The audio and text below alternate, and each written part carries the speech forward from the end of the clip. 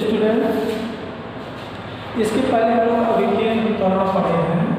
देखो पिछले वाले स्टेप में हम लोग अभिकेंद्र त्वरण पढ़े हैं। क्या पढ़े हैं? अभिकेंद्र त्वरण ये वाला हम लोग पढ़ चुके हैं v²/r। अभिकेंद्र त्वरण ये इक्वल टू क्या पढ़ चुके हैं? v²/r। ऐसे ही आज हम लोग अभिकेंद्र बल पर चल रहे हैं। देखो टॉपिक का नाम डाले हैं अभिकेंद्र बल। तो पहले एक चीज़ ध्यान दो, अगर कोई भी वस्तु वृत्तीय पथ पर गति करती है तो उसका कारण अभिकेंद्र बल होता है। पहले इसकी कहानी अच्छी सी समझ लो। अगर कोई कण किसी वृत्तीय पथ पर गति कर रहा है तो वृत्तीय पथ पर उसका गति तब संभव है जब उस पर अभिकेंद्र बल कार्य करेगा। अगर अभिकेंद्र बल कार्य नहीं करेगा तो उस पर अभिकेंद्र वृत्तीय गति कर ही नहीं सकती। एग्जाम्पल के तौर पे देखो, एक रस्सी में पत्थर को बांध लो, घुमाओ, अगर उसको छोड़ दो तो सब कहीं दूर जाके गिरती है, और पकड़ के जब तक घुमाओ तब तक वो वृत्तीय पथ पर गति करती है। क्योंकि तुम्हारे हाथ और रस्सी के सहारे तुम्हारे हाथ और उस पत्थर के बीच में अभिकेंद्र बल लगता है, और उसी अभिकेंद्र बल के कारण ही, ध्यान देना, और उसी अभिकेंद्र बल के कारण ही कोई वस्तु वृत्तीय पथ पर गति करती है। इसका मतलब ये समझो कि अगर कोई कण किसी वृत्तीय पथ पर गति कर रहा है तो यह तब संभव है जब उस पर एक अभिकेंद्र बल कार्य करे या एक बल कार्य करे जिसकी दिशा सदैव वृत्त के केंद्र की ओर है। उस बल को हम लोग अभिकेंद्र बल कहते हैं। फिर से जरा देखो अभिकेंद्र बल का डिफिनेशन। अभिकेंद्र बल के बारे में क्या समझा रहे हैं? अभिकेंद्र बल के बारे में सीधा सीधा तुम लोगों को समझा रहे हैं कि अगर कोई कण या वस्तु अगर वृत्तीय पथ पर गति कर रही है तो वो तब वृत्तीय पथ पर गति करेगी जब उस पर एक बल लगे और उस बल की दिशा उस वृत्त के केंद्र की ओर हो जिस वृत्त पर वो चल रहा है। वो जो वृत्त के केंद्र की ओर बल लगता है उसी बल को अभिकेंद्र बल कहते हैं। ठीक, इसका मतलब ये लिखेंगे, जब कोई कण अथवा वस्तु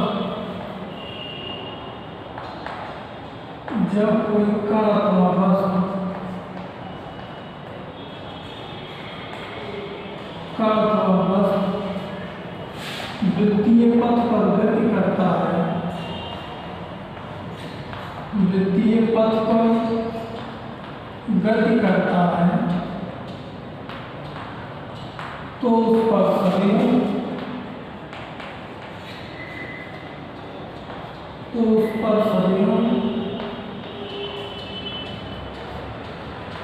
वृत्तीय पथ के केंद्र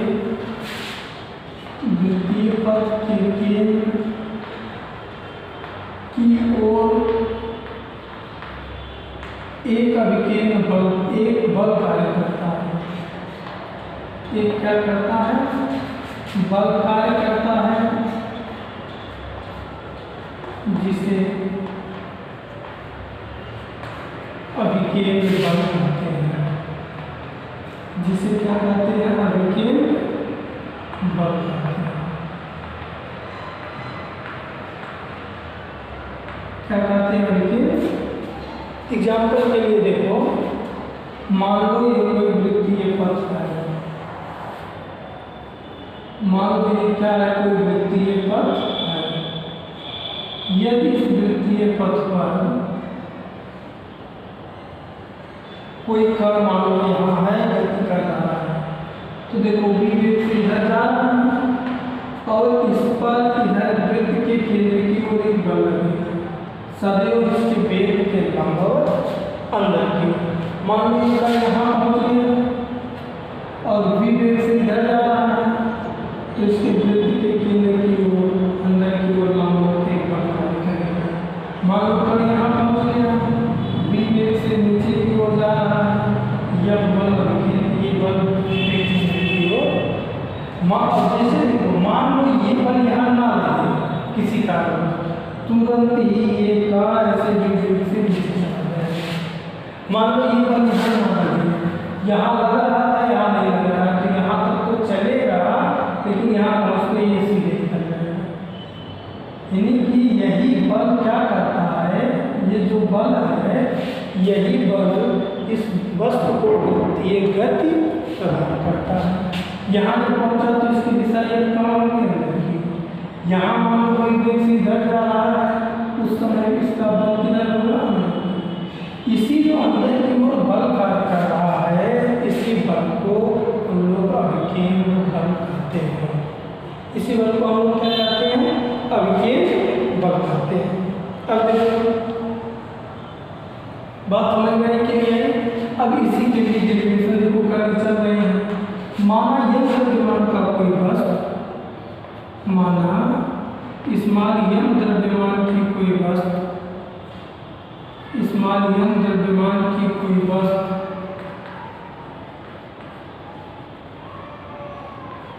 v वेग से स्मॉल r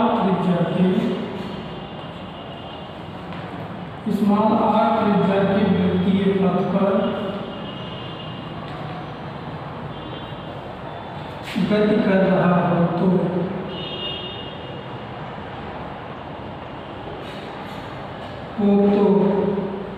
उस पर कार्यरत अभिकेंद्र बल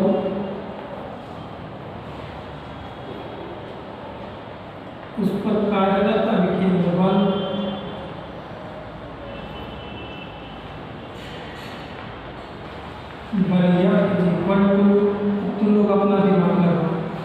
न्यूटन का दूसरा नियम क्या कहता है, द्रव्यमान गुणे त्वरण। तो यहाँ वृत्तीय गति है तो त्वरण नहीं होगा, क्या होगा, अभिकेंद्र त्वरण होगा। त्वरण की जगह पर क्या होगा, अभिकेंद्र त्वरण होगा। तो हम लिखेंगे बल द्रव्यमान गुणे त्वरण, और त्वरण ना लिखकर क्या लिखेंगे, अभिकेंद्र त्वरण। क्या लिखेंगे, अभिकेंद्र त्वरण। अब आगे देखो, तो इसका द्रव्यमान कितना है, हम कितना द्रव्यमान माने हैं, यम द्रव्यमान। और तुम लोगों को कल पढ़ाए हैं कि अभिकेंद्र त्वरण होता है v²/r। तो अभिकेंद्र त्वरण की जगह पर क्या लिख दे, v²/r। एट लास्ट डेरिवेशन मिल जाता है mv²/r। इसका मतलब देखो सीधा सीधा तो लोगों का डेफिनेशन है कि यदि r त्रिज्या के या सीधा सीधा अभिकेंद्र बल के बारे में कोई पूछे तो तुम लोग ये कह सकते हो कि जब कोई कण, सीधा सीधा कह सकते हो कि जब कोई कण किसी वृत्तीय पथ पर गति करता है तब उस पर एक बल कार्य करता है जिसकी दिशा सदैव वृत्त के केंद्र की ओर होती है। इस बल को ही हम लोग क्या कहते हैं, अभिकेंद्र बल कहते हैं। दूसरी समस्या सीधा समझो, अगर यह अभिकेंद्र बल ना होता तो वस्तु वृत्तीय गति नहीं करती बल्कि सीधे निकल जाती। अब देखो ये तो लोगों को समझ में आ गया कि अगर कोई वस्तु वृत्तीय पथ पर गति करेगी तो उस पर एक बल कार्य करेगा जिसकी दिशा वृत्त के केंद्र की ओर होगी, और उसी बल को हम लोग क्या कहते हैं, अभिकेंद्र बल कहते हैं। तो अब उसी अभिकेंद्र बल के फार्मूले का डेरिवेशन देखो। हमने मान लिया कि माना स्मॉल m द्रव्यमान की कोई वस्तु है जो इस r त्रिज्या के वृत्तीय पथ पर v वेग से गति कर रही है, तो न्यूटन के दूसरे नियम के अनुसार उस पर कार्य करने वाला अभिकेंद्र बल क्या होगा, द्रव्यमान गुणे अभिकेंद्र त्वरण होगा। हमने इस वस्तु का द्रव्यमान m सपोज किया है, m लिख दिया, और कल के डेरिवेशन में हमने बताया कि अभिकेंद्र त्वरण बराबर होता है v²/r। अभिकेंद्र त्वरण की जगह पर हमने v²/r लिख दिया, और जब डेरिवेशन कंप्लीट किए तो हमको अभिकेंद्र क्या मिल गया, mv²/r। इस पर एक न्यूमेरिकल भी तुम लोगों को एक दो न्यूमेरिकल भी करके दिखा रहे हैं। जैसे देखो एक न्यूमेरिकल है मेरे पास, वो ये है कि 10 सेंटीमीटर त्रिज्या वाले वृत्तीय पथ पर एक न्यूमेरिकल भी देख लो। 10 सेंटीमीटर त्रिज्या वाले वृत्तीय पथ पर 10 सेंटीमीटर त्रिज्या वाले वृत्तीय पथ पर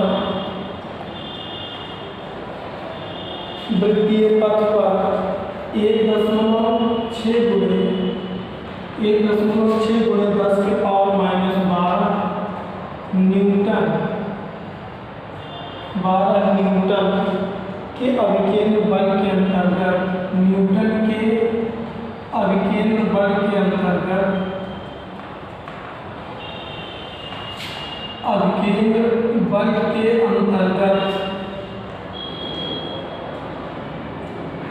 अंतर्गत चक्कर लगा रहा है। क्या कर रहा है? चक्कर लगा रहा है। तो कण का कोणीय वेग ज्ञात कीजिए। कण का कोणीय वेग ज्ञात कीजिए। कण का कोणीय वेग ज्ञात कीजिए। बहुत अच्छा सा क्वेश्चन दिया होगा। देखो कण का कोणीय वेग, बहुत ध्यान से क्वेश्चन को समझो। देखो कण कितने त्रिज्या के वृत्तीय पथ पर घूम रहा है? 10 सेंटीमीटर त्रिज्या वाले वृत्तीय पथ पर। वृत्तीय पथ की त्रिज्या देखो कितना दिया है, बहुत अच्छा सा क्वेश्चन मिला है। वृत्तीय पथ की त्रिज्या क्या दिया है? देखो वृत्तीय पथ की त्रिज्या स्मॉल क्या दिया है? देखो 10 सेंटीमीटर। 10 सेंटीमीटर को जब मीटर में बदलोगे -2 से गुणा, मतलब 0.1 मीटर। कितना हो गया? 0.1 मीटर। देखो क्वेश्चन में क्या है? वृत्तीय पथ की त्रिज्या निकल गया 1 मीटर। वृत्तीय पथ पर 1.6 गुणे, ध्यान दो ये क्या दिया है? 1.6 गुणे 10 के पावर -12 न्यूटन का कौन सा बल? ध्यान दो, न्यूटन का अभिकेंद्र बल। ये क्या दिया है? अभिकेंद्र बल का मतलब यह। और आगे पढ़ो, अंतर्गत चक्कर लगा रहा है तो कण का कोणीय वेग। अब मुसीबत आ गई, कोणीय वेग पूछ रहा है। कोणीय वेग का मतलब क्या है? कोणीय वेग का मतलब ओमेगा पूछ रहा है। तो देखो ओमेगा के लिए कोई फार्मूला मालूम है? देखो ओमेगा के लिए कोई फार्मूला मालूम है? देखो ओमेगा के लिए 2 फार्मूला हैं। सबसे सुटेबल फार्मूला तुम लोगों के लिए देखो, कोणीय वेग और रेखीय वेग के संबंध पढ़ाए v/r। तो देखो सीधे देखो, ध्यान दो, इसको 2 स्टेप में करना पड़ेगा। तुमको कोणीय वेग निकालना है तो कोणीय वेग का फार्मूला सोचो। तो देखो कोणीय वेग के लिए तुम लोगों को r ओमेगा पढ़ाएगा। ये ओमेगा चाहिए, ओमेगा क्या v/r। अब देखो r तो है लेकिन v नहीं है, तो v निकालने के लिए देखो ये अभिकेंद्र पथ दे रखा है। अभी तुम लोगों को अभिकेंद्र पथ पढ़ाएंगे हम v²/r। यह का मान देखो कितना दिया है? यह का मान दिया है 1.6 गुणे 10 के पावर -12। यम का मान देखो क्या दिया है?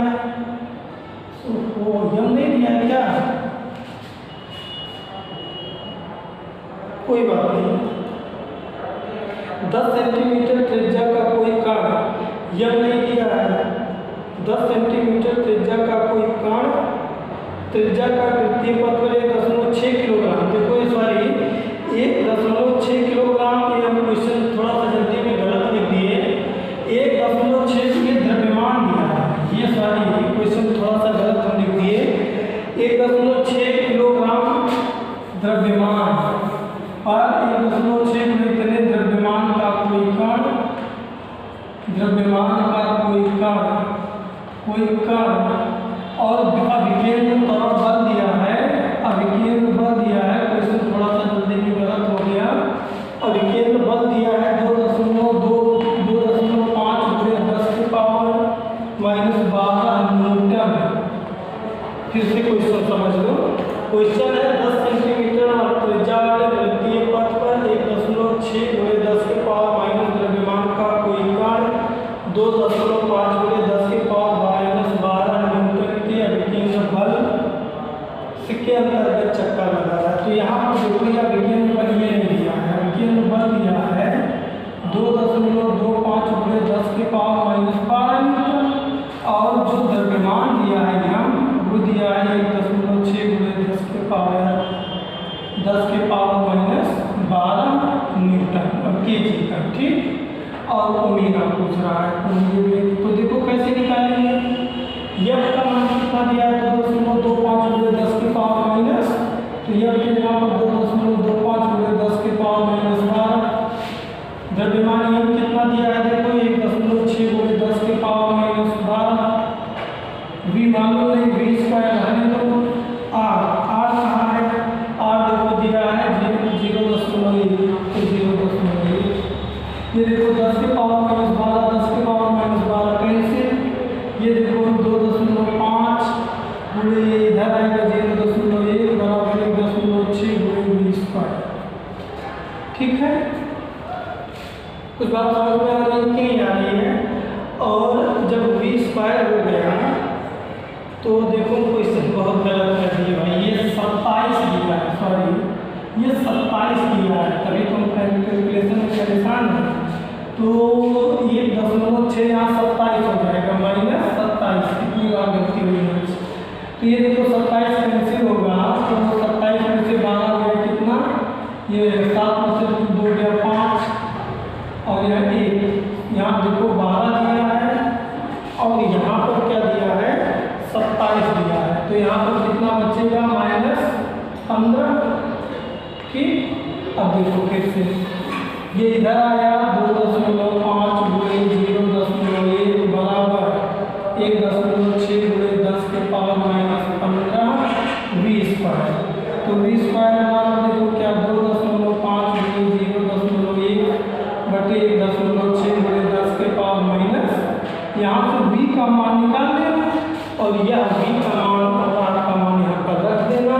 तुम लोगों को ये किसमें आ जाएगा, रेडियन प्रति सेकंड, इसमें आंसर आ जाएगा रेडियन प्रति। इस तरीके से तुम लोग अभिकेंद्र बल का क्वेश्चन करना। अब तुम लोगों को अगले दिन हम अभिकेंद्र बल के